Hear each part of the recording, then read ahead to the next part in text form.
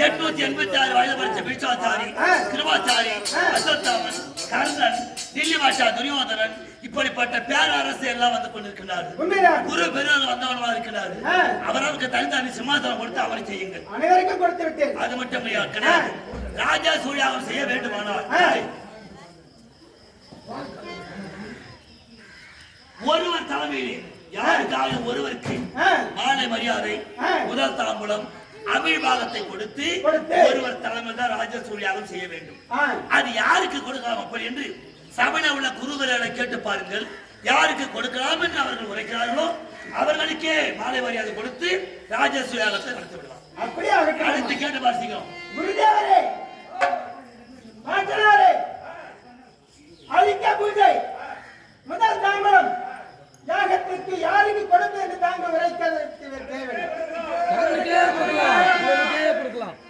மாமா, முதல் தாம்பரம் அவிர்வாகம் தங்களுக்கே கொடுக்க வேண்டும் என்று குருதேவர்கள் வைத்திருக்கிறார்கள். ராஜராஜர்கள் எல்லோரும் ஒரு மனதாக சொல்லியிருக்கார்கள். அப்படியாக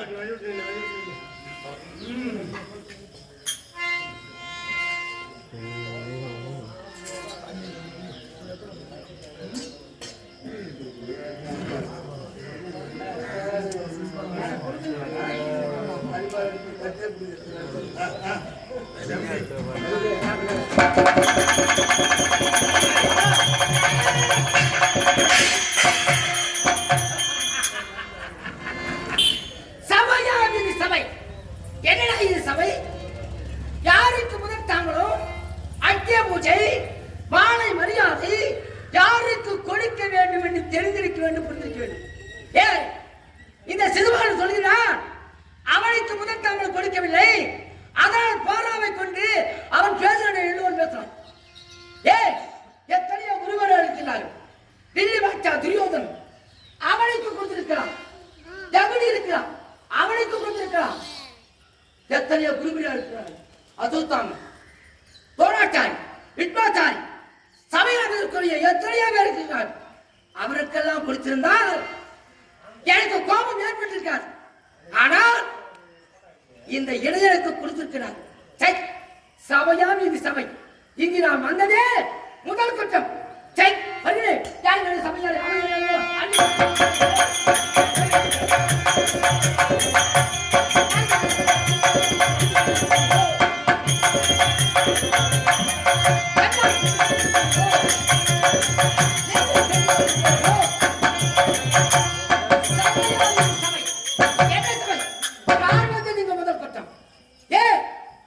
சபையாளர் மனைவி தெரிவித்தார், சுவாமி அங்கே செல்லாது, உனக்கு மரியாதை கிடைக்காது, போக வேண்டும் என்று தெரிவித்தார். அவளை மீறி சென்றேன். இந்த அவமானம் வருகிறேன். இந்த இடத்துல நமக்கு என்ன வேலை? அவர்கள் நடத்தட்டும், நான் வருகிறேன். மண்டலே வந்து விட்டாய், அமர்ந்து உணவா இருந்துவிட்டு பிறகு செல்லலாமே. இடையில சொல்றான். ஏனப்பா, என்னுடைய கருத்தை பிடிக்கிறாயே, உனக்கு என்ன திறமை இருக்கிறது, உனக்கு என்ன தகுதி இருக்கிறது? என்னுடைய கருத்தை பிடிக்க வேண்டும்னா என்ன போல ஒரு பிடிக்க வேண்டும். நீ பிடிக்கிறாயே, என்னுடைய கருத்தை பிடிக்கலாமா? உனக்கு என்ன திறமை இருக்குது? கையை பிடிக்கிற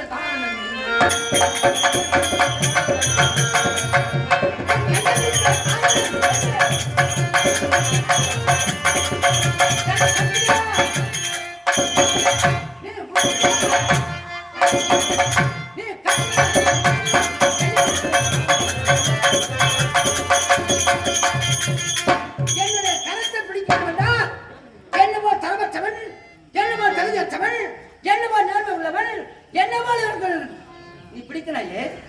தரம் இருக்கின்றா, உனக்கு தகுதி இருக்கின்றா? ஐயோ தகுதி என்ன வருது?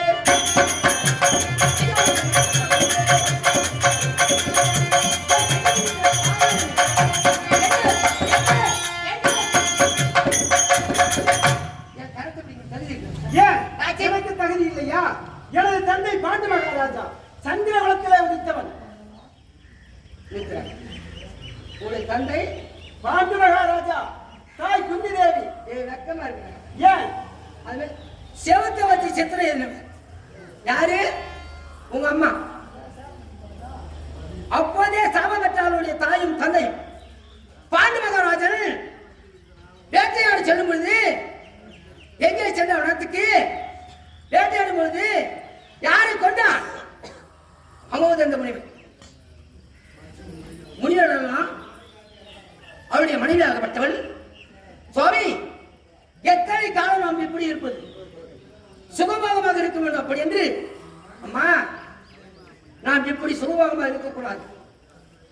மான் வடிவம் கொண்டு நீ பெண்மானாகவும் நான் ஆண்மானாகவும் சென்று அங்கு முகத்தை தீர்த்துக் கொள்ளலாம் அப்படி என்று சொல்ல நேரத்திலே பெண்மனாக அவருடைய மனைவியும் ஆண்மனாக அமோதந்த முனிவரும் முகம் கொள்கின்றாங்க. இன்னைக்கு சொல்றேன், தெருவில் நாய் போகும், அதுக்கெல்லாம் படுக்காது கிடையாது. நமக்கு தான் 4 செவரு, அதுக்கெல்லாம் வந்து விலங்குக்கெல்லாம் 4 செவராது நினைச்சது நினைச்சு போகும். நாய் விடும் போகும். நாயை பார்த்தோம்னா தன்னார பார்த்து நம்மள போகும். ஏன்னா அது மோகம் இருக்குது. நமக்கு 6 அறிவு, அதுக்கு 5 அறிவு. எங்க ஊர்ல இருக்கிற ஒரு பையன் நாய் மோகம் உண்டு. இந்தாண்டு ஒரு வேலி, அண்டாண்டு உண்மையா நடந்தது. அண்டாண்ட பெண் நாய், இந்தாண்ட ஆண் நாய். இவன் ஆடு மேய்ச்சி போனான, இவன் ஆடு ஒட்டு ஆடு விட்டான். அவன் புள்ள இன்னைக்கு பிறந்து கண்ணு தெரியாத கால் இல்லாம தவமாக நடக்குது. ஏன்? அந்த சாபம். உண்மையா அது அப்போயே நடந்தது. அதே போல அந்த ஆண்மானு பெண்மான் மோகம் கொண்டு இருக்கும்போது வானத்தை எடுத்தா பெண்மானாகப்பட்டு இருந்து விட்டது. அப்படியே எழுந்தான். அடே பாண்டுமகாராஜா, திருமணத்தை செய்து கொண்டு ஆனந்தத்தோடு வந்து கேட்டாய், எப்போது மனைவியை கொண்டாயோ? ஆனா நீ திருமணம் செய்து உன்னுடைய மனைவியோடு எப்போது நீ சேர்ந்தாலும் உன் தலை 1000 சுக்கலாக பார்க்கணும். கத்தினான், கதறினான். ஏன்? இப்பதான் வாங்கி சாபம். சுவாமி, யாரும் அஞ்சாதி, நான் இருக்கின்றேன் அப்படி என்று நான் இருக்கின்றேன் என்று எழுதி விட்டார். அப்போதே தெரிவித்தார், என்னை சேர வேண்டாம், நமக்கு குழந்தை பிறக்கும் என்று. அப்ப சின்ன வயசுல வாங்கினான். 5 மந்திரங்கள், ஒரு கல் போயிடுச்சு. மந்திரம் கல் இல்லை, மந்திரம் உபதேசம் செய்து யாரு யமதர்மனை அழித்தான். யமதர்மனுக்கும் குந்தமாதேவிக்கு பிறந்தவன் இந்த தர்மன்.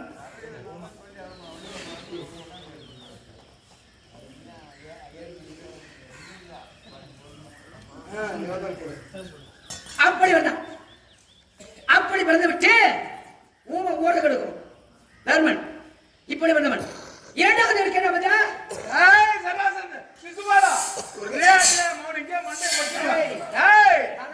யாருக்கு? நெஞ்சிலே ஜெகிரி பிறந்தான். நல்ல ஆண்மனாக இருந்தா என் அப்பா பேர் நான் சொல்றேன். அப்பா பேர் சொல்ல முடியுமா? என் தந்தை பேர் தான் சொல்லு. என்னது? பாண்டு மகாராஜன். காதுக்கு பிறந்த பையனே யாரு? வாய்விதவனுக்கும் குந்தமாதேவிக்கு பிறந்தவன் இந்த பீமன். அது அடிக்கின்றாமா? முன்னிலை மென்னழகு, முதுவிலை பச்சையாக, தோழைய சுற்றுமாலை, தொப்புளில் அமர்ந்து வருஷம், பள்ளியிலே பரிசு வேலை 11 ஆமதை படித்தவன் ஆனழகன். அவன் யாரு பிறந்தான்? தேவலோக தாண்டி வரக்கூடிய தேவகுமாரனுக்கும் குந்தமாதேவிக்கு பிறந்தவன் தான் அந்த அர்ஜுனன். 12 மணி தான் படுக்க போறான் அந்த பாலப்பட்ட. நியாயமா? செவத்தோஞ்சி சித்திரை எடுத்து அவன் தான் அப்படி வந்து விட்டு அத்துணை இருக்கிறார்கள். மாத்ராதேவி இங்க சின்னம்மா. ஏன்னா ஒரு அம்மா பண்ணீங்க, நீங்களே பலப்பட்ட. மாத்ராதேவிக்கும் அத்துணை தேவனுக்கு பிறந்தவன் நகுலன் சகாதேவன் பிறந்து விட்டார்களே தவிர இவள் மீது மோகம் கொண்டான். யாரு? குந்தமாதேவன் மோகம் இல்லை, மாத்ராதேவி மோகம் கொண்டான். அவர் பாண்டு மகாராஜா 1000 தலை சுத்தா ஓடி போச்சு. அதோட போன அவங்க ஆசைப்பட்டான், போயிட்டான். அதோடு போச்சு. இவனுக்கு வந்து என்ன, நான் பாண்டு மகாராஜா ராஜாக்கு நான் சொல்லமாடா நீங்க பசங்களா? அதாவது கதம்பம் கதம்பத்தோடு சேரும், முல்லை முல்லையோடு சேரும், என்ன 4 பெண்கள் கூடுறாங்கன்னா நல்ல பெண்கள் நடுவிசா கூடுவாங்க. அதிலே 4 பெண்கள் கூடுவாங்க. இந்த குடும்பத்துக்கு எடுக்கணுமா அந்த குடும்பத்துக்கு எடுக்கணும். அதே போல 4 ஆம்பளைங்க, ஆண்களில் உண்டு பெண்கள் உண்டு. அதை போல கதம்பத்தோட சேர்த்து இவன் நாவடக்கம் அதை போல சேர்த்தான். தடிக்கிற பச்சா ஐவருக்கு தேவை அழியாது பத்தின் பாஞ்சாடி அண்ணா நாவடக்க தேவை சபையிலே என்கிட்ட இடையில உள்ள பேசு. ஏன் கோபத்துக்காக பட்டு நடிக்கணும் அண்ணா ஐவருக்கு தேவை அழியாத பச்சினை. இப்ப எப்படி ஒரு பக்கம் பாக்குறா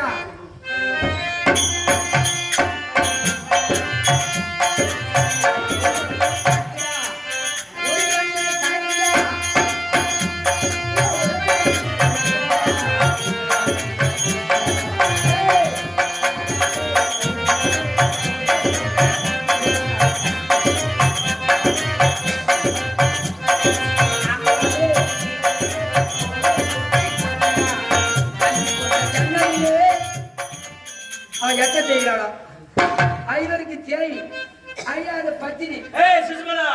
நீ பாஞ்சாயிரம் 15 நான் உன்னை எரிச்சிடுவேன். ஏனியா ஆமா உனக்கு தான் தீமூடி ஏத்துக்கிறாங்க. ஒண்ணு மாதிரி பொண்ணுக்கு தான் ஏத்துக்கிறாங்க. நான் என்ன பண்ணுவேன்? எனக்கு எழுதுறாங்க நாவடக்க தேவை. மாமா அண்ணா பேசிக்கிட்டு இருக்கிறாங்க. அது மட்டுமா அவங்க சேர்ந்து இருக்க மச்சான் கேள்வி சட்டி இவனுக்கு ஒரு அப்பாவா இவனை என்ன போய் ஒரு அப்பா கூப்பிடுவான். 2 அப்பா 2 தாய் வசுதேவனுக்கும் தேவைக்கும் விட்டு எங்கே ஆயர்பாடியிலே நந்தகோவனுக்கும் யசோதை போய் மறந்தேன். அம்மான் கோம்சனை கண்டுபிடிச்சிருக்கேன். என்ன கொடுக்குறவங்க கொடுத்தாலும் நாம வாங்கணும்னா ஒரு ஊர்ல நமக்கு இந்த பதவி வரணும்னா இந்த பதவி நமக்கு தகும் நம்ம ஏத்துக்கோங்க அப்படின்னு சொல்லி வாங்கணும். நம்ம பதவி வாங்கி வச்சுன்னு முன்ன விட்டு பின்னால சொல்லுவாங்க இவனுக்கு 4ஆம் தேதி கொடுத்தாங்க பண்றாங்க.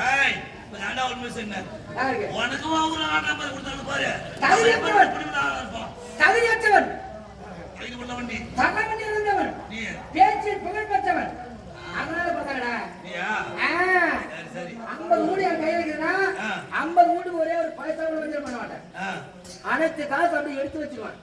அதை போல நாட்டம் நான் ஏய் உனக்கு கொடுத்துட்டாங்கன்னா அதை தலை வச்சு பேசணும் தலை வச்சு விட வேணும். கொடுக்குறாங்கன்னா ஊர்ல மாலை இல்லைன்னா இந்த பகவாசம் வந்துச்சுன்னா யார் யார் உபயோகத்துக்காரர் உள்ள வரவங்களோ அவங்களுக்கு போல பேர் மாலை காக்கலாம்.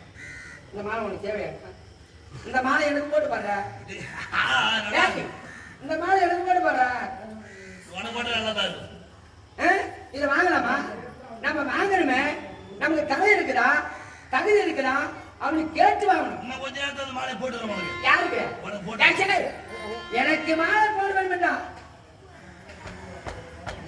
நானே கட்டி வச்சு போட்டுடா. ஆனா திட்டு பச்சை உனக்கு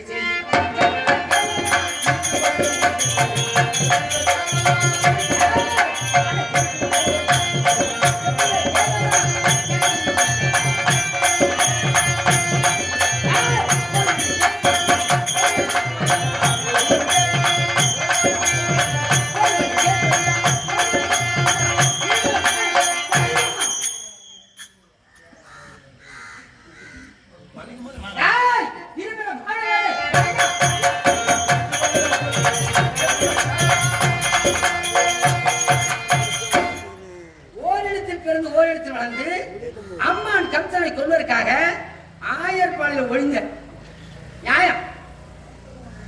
ஒரு திருடனை கொல்லணும்னா 15 கொள்ளலாம் நியாயம்.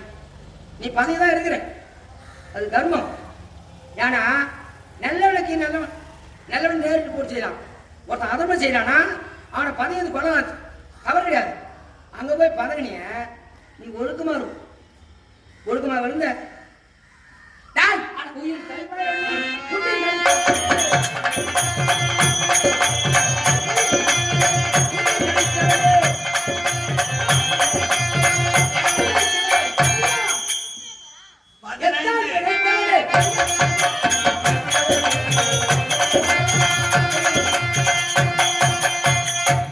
ஏதோ பசங்களோட கூட்டிட்டு போகலாம் சாப்பிடலாம்.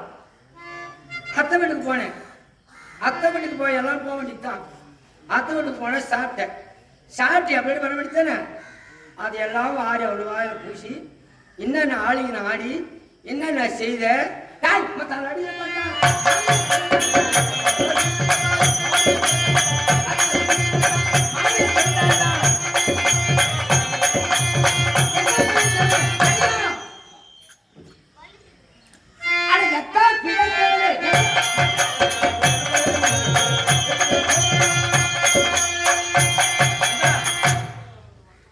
அடிய தொடப்பத்தாலையும் அடித்து கொண்டு பின்னால கட்டி உரலில் கட்டுண்டா உரலில் கட்டி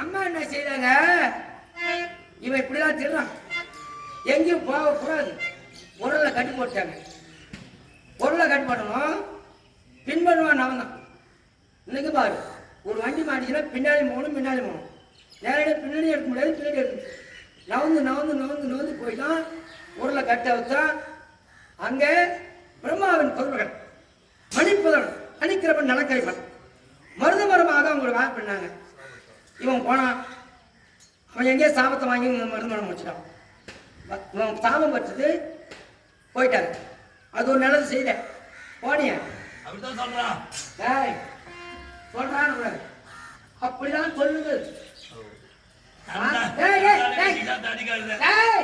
வார்த்தைகள் பழகுது உண்டு ஒருவர் வருகிறார் என்றால் வாருங்கள் வாங்க வாங்க சொல்லுங்க வாடா போனா கொஞ்சம் வந்து கல்வெட்டு இடத்தோட என்ன கேட்டேன் நான் வணக்கம் தேவை சரிங்க வணக்கம் ரொம்ப கஷ்டப்பட்டு பணக்காரன் முன்னேறுவோம் பணக்காரன் இருப்போம் திடீர்னு பணக்காரன் 10 பேர் மோசம் பண்ணிய எவ்வளவு சீக்கிரம் மேல போறா அவ்வளவு சீக்கிரம் கீழே வந்துருவாரு அண்ணா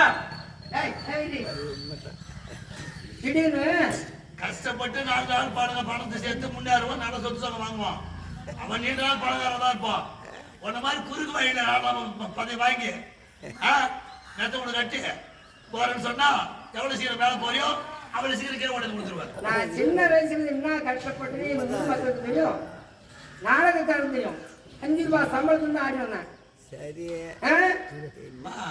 செட்டியார் கம்பெனி கட்டி 100 ரூபாய் சம்பளம் அப்பெல்லாம் வந்து எவ்வளோ 5000 ரூபாய் அது வந்து முன்னேறி ஏதோ இப்போது உங்களுடைய உதவியார் அதாவது நான் தப்பு பேசல உங்களுடைய உதவியார் அருமை நண்பர் அருமை தம்பி நெல்லாவளத்தை சேர்ந்த வேல்முருகன் அவர்கள் உதவியாலும் உன்னுடைய உதவியாலும் இதோ சிவா உதவியாலும் வெற்றி உதவியாலும் இருக்கக்கூடிய நம்முடைய நாடக கலைஞர் அனைவரும் எனக்கு ஒன்று சேர்ந்து என்னுடைய மனதுக்காக பாடுபட்டீங்க. கம்பெனி ஏன் கம்பெனி இல்ல உங்க கம்பெனி தான். சரி பாவட்டும் இல்லையா இவன் ஏன் பேச தெரியுமா? ஏமாமா இவ்வளவு நேரம் பேசுறானே என்ன எண்ணிக்கிறேன் அதிக பேச வேண்டியிருக்க இவன் எண்ணி கொண்டிருக்கீங்க.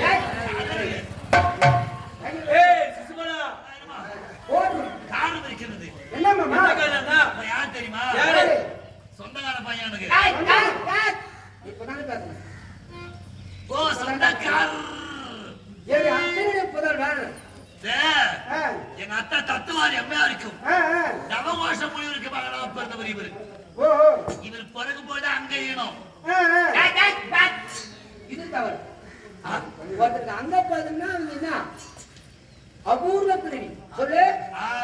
எப்படி ஏன்னா பிறக்கும் பொழுது 3 கண்ணு 3 கையோடு பிறந்தவர் இவர். அப்படி பிறந்த நேரத்திலே நாட்டில் உள்ள ராஜராஜாக்கள் எல்லோரும் போய் பாக்குறாங்க. அதிசயப்படி ஒரு பிள்ளை பிறந்து போச்சு 3 கண்ணு 3 கையோட. அப்படி போய் இவரை பார்த்து தொட்டு தூக்கி பார்த்து வராங்க. நான் பார்த்தேன் பார்த்து ஒரு பிள்ளை பிறந்து சொல்றாங்க. நம்ம போய் பார்க்கணும் பார்த்தா தத்துவாரி அம்மையார் கோபித்துக் கொள்வார் அப்படி என்று நான் போனேன். சரி சரி அதனால் இருக்கான். சரி என்ன செய்யலாம் போனேன். போய் பார்த்தால் 3 கண்ணு 3 கையோட ஒரு தொட்டில தவண்டுகிறாரு.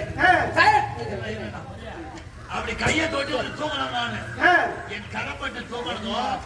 ஒரு கண்ணு ஒரு கை மாற்றி போச்சு. என் அத்தை தத்துவாரி அம்மா பார்த்தா பார்த்தாங்க. ஓடி அந்த காலை பிடிச்சிருக்காங்களா? எத்தனையோ பேர் என் பிள்ளைய வந்து ஒரு கண்ணு ஒரு கையை மறையில உனது கரம் பட்டு தொட்டு தோல் என் பிள்ளைய ஒரு கண்ணு ஒரு கையை மறைஞ்சு போச்சு. இறப்பு என்று ஒன்று இருந்தால் இவன் வாங்கையா தான் இருக்கணும். அதனால் என் மகன் சிசுபாலன் 6 தப்பு 100 பிழை செய்ய வர பொறுத்துருக்கேன். என்ன சத்தியம் கேட்டாங்க. சத்தியத்தை கொடுத்துட்டேன். எந்த ஒரு கோடி ரூபாய் எங்க வீட்டுக்கு 6 தப்பு செய்வான், 100 பிழை செய்ய மாட்டான். 100 பிழை செய்வான், 6 தப்பு செய்ய மாட்டான். இப்ப தர்மன் செய்யப்படும் ராஜசூர் யாகத்தில் 6 தப்பு செய்துட்டான், 100 பிழை செய்துட்டான். அத்தை மகனே என்று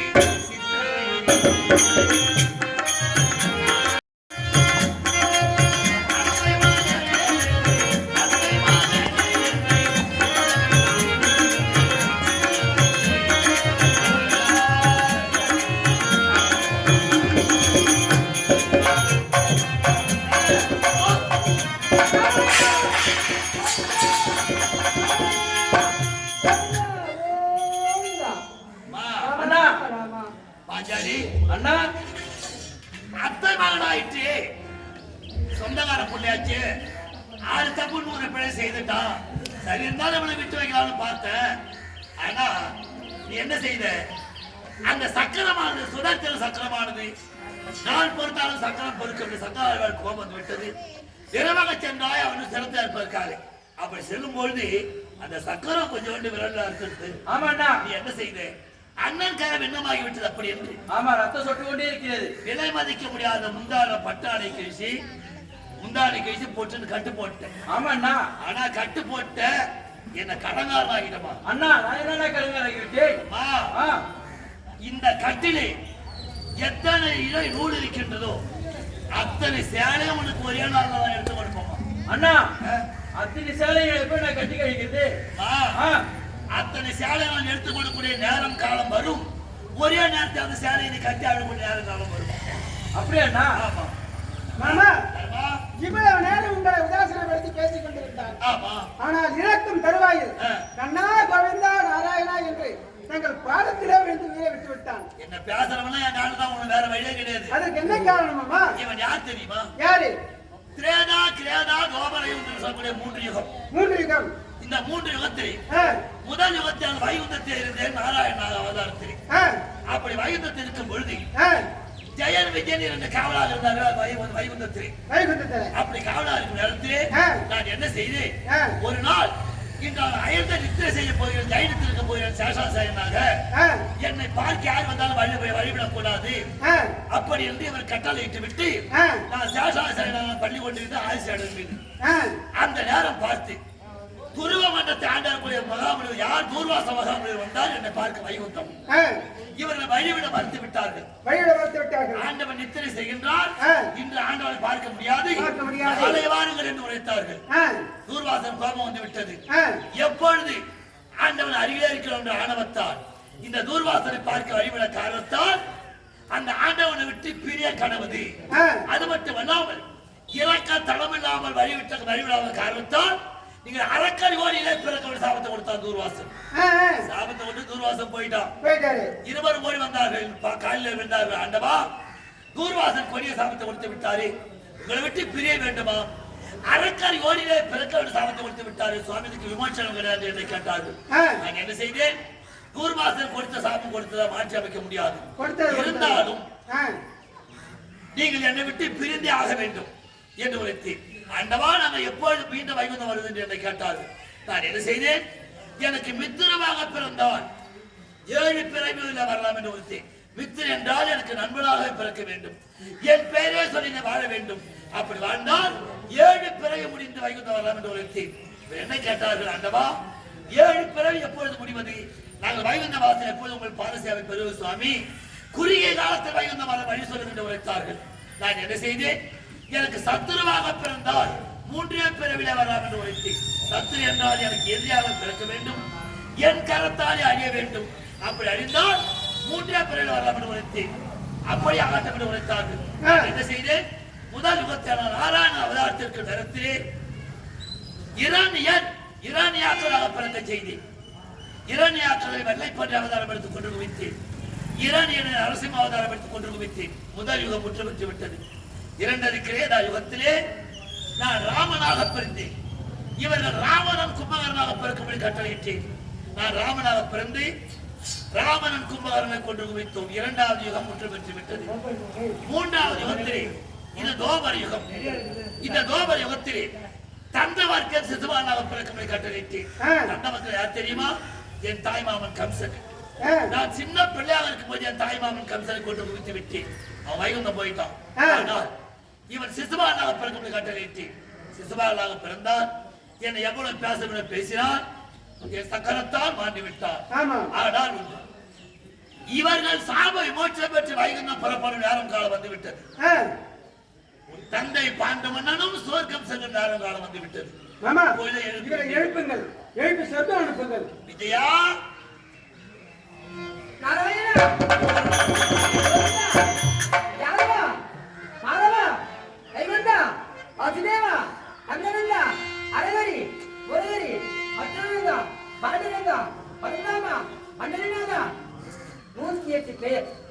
அதிலே 108வது பெயர் நித்தம் காக்க வந்த நித்தியவாசன். உங்களுடைய பேனா இப்போது வாழ்த்து விட்டேன். கண்ணா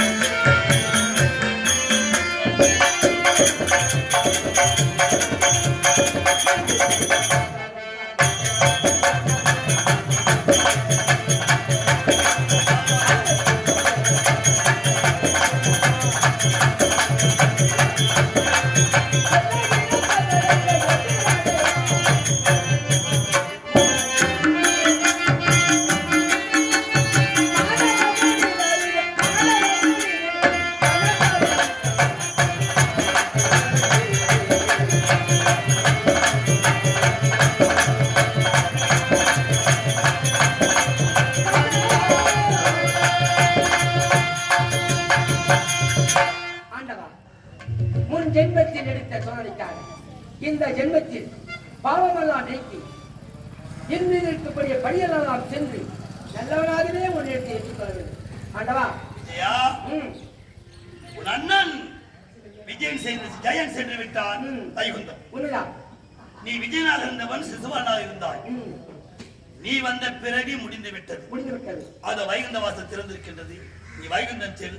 நான் எந்த வேலையை முன்னிட்டு நான் பூவுலகத்தை கண்ணனாக ஜனித்தேனோ அந்த வேலையை விரைவிலே முடித்துவிட்டு அது வைகுந்தம் வருகிறது. ஆண்டவா நாராயணா, கிரேதா கிரேதா கோவை கிரேதா கிரேதா அந்த யுகத்திலே ராமன், முதல் யுகத்திலே நாராயணன், எந்த யுகத்திலே கண்ணன். ஆனால் எனக்கு எந்த பிறவியும் என்னுடைய மனதில் நிற்கவில்லை. அந்த ராமன் பெயர் என்னாலும் என்னுடைய நெஞ்சிலே இருக்க வேண்டும். என்னுடைய நம்முடைய கம்பெனி என்னாலும் நினைத்து இருக்க வேண்டும் என்று வாழ்த்து வேண்டும். பலமோடு வாழ வேண்டும்.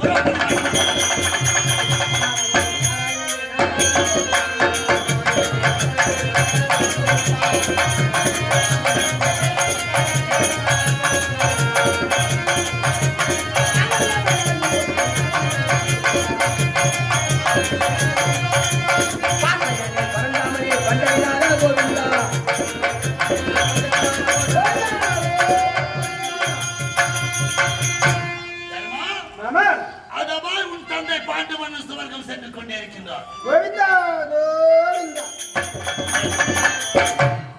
தாய் தந்தைக்கு பிள்ளைகள் ஆற்றக்கூடிய கடமை எவ்வளவு இருக்கின்றது. இருந்தாலும் சின்ன வயதிலே உன் தந்தை பாண்டு மன்னன் இறந்து விட்டார். சுவர்க்கம் செல்லவில்லை. ஆனால் இருந்தாலும் ராஜாக்களை கொண்டு வந்து யாரும் செய்ய முடியாத ராஜசூர் யாகத்தை முடித்து உன் தந்தைக்கு சுவர்க்கத்துக்கு வழிகாட்டி விட்டாய்.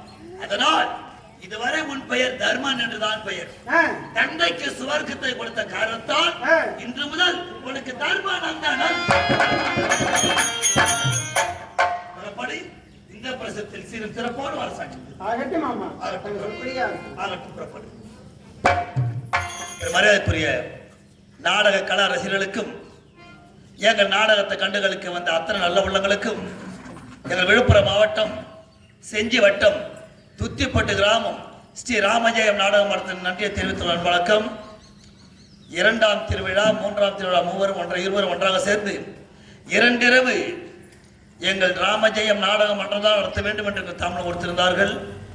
இரண்டாவது இரவாக விழா குழுவினர் விருப்பத்திற்கிணங்க சரதேவி அருள் பெற்ற சராசந்தன் சிசுபாலன் வதை தர்மன் ராஜசூழ் யாகம் என்று சொல்லக்கூடிய நாடகத்தை நடத்தி காட்டினோம். இந்த நாடகத்தை கண்ணால் கண்டவர்களும் காதால் கேட்டவர்களும் சக்தி ஒன்று சமயம் 16 நின்று உலகெல்லாம் கட்டிக்காரக்கூடிய பாஞ்சாலி அம்மன் அருளை பெற்று நோயற்ற வாழ்வே குறைவில்லா செல்லுமாக நீண்ட ஆயுளோடு வாழ வேண்டும் என்று மனதார வாழ்த்துடன் வணக்கம். எங்களுக்கு தாம்பலம் கொடுத்த விழா குழுவினர்களுக்கும் நேரம் காலம் தவறாமல் அறுசுவை உணவு கொடுத்து ஆதரித்த விழா குழுவினர்களுக்கும் எங்கள் ராமஜெயம் நாடகம் நடத்த நன்றியை தெரிவித்துள்ளோம். அன்பு வணக்கம். அது மட்டுமல்லாமல் எங்களுக்கு சிறந்த முறையிலே ஒளி அமைத்து கொடுத்த மலையிலே சிறந்தது இமயம், கலையிலே சிறந்தது அஜந்தா, கட்டிடத்தை சிறந்த தாஜ்மஹால், கண்ணை கவர வண்ண விளக்குகளும் காதுக்கின இசைத்தட்டுகளும் சிறந்த முறையிலே ஒளி அமைத்து கொடுத்த சவுண்ட் சர்வீஸ் உரிமையாளர் சுரேந்தர் என்று சொல்லக்கூடிய ஒரு சவுண்ட் சர்வீஸ் உரிமையாளர் ஐயா அவர்களுக்கு எங்கள் கம்மன் நன்றியை தெரிவித்துக் கொள்கிறோம். அது மட்டுமல்லாமல்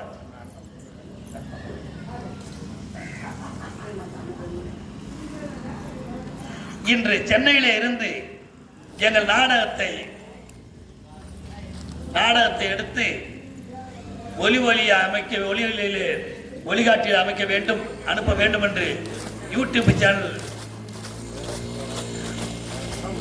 கிராமிய கீதங்கள் சேனல் பேராசிரியர் ராமமூர்த்தி ஐயா அவர்களுக்கும் எங்கள் ராமஜெய நாடக மன்றத்தின் நன்றியை தெரிவித்துக் கொண்டு மீண்டும் இந்த நாடகம் டிவியில் வரும், நாடகத்தை பார்க்கலாம். அதனால் மீண்டும் இந்த மேடைக்கார வாய்ப்பு அளிக்க வேண்டும் என்று கேட்டு விடைபெறுகிறோம். இன்று இரவு நாளை இரவு எங்கள் கம்பெனி எங்கு செல்லுகின்றது என்றால் விழுப்புரத்திலிருந்து பண்ருட்டி செல்லும் மார்க்கத்திலே கோலினூர் அருகே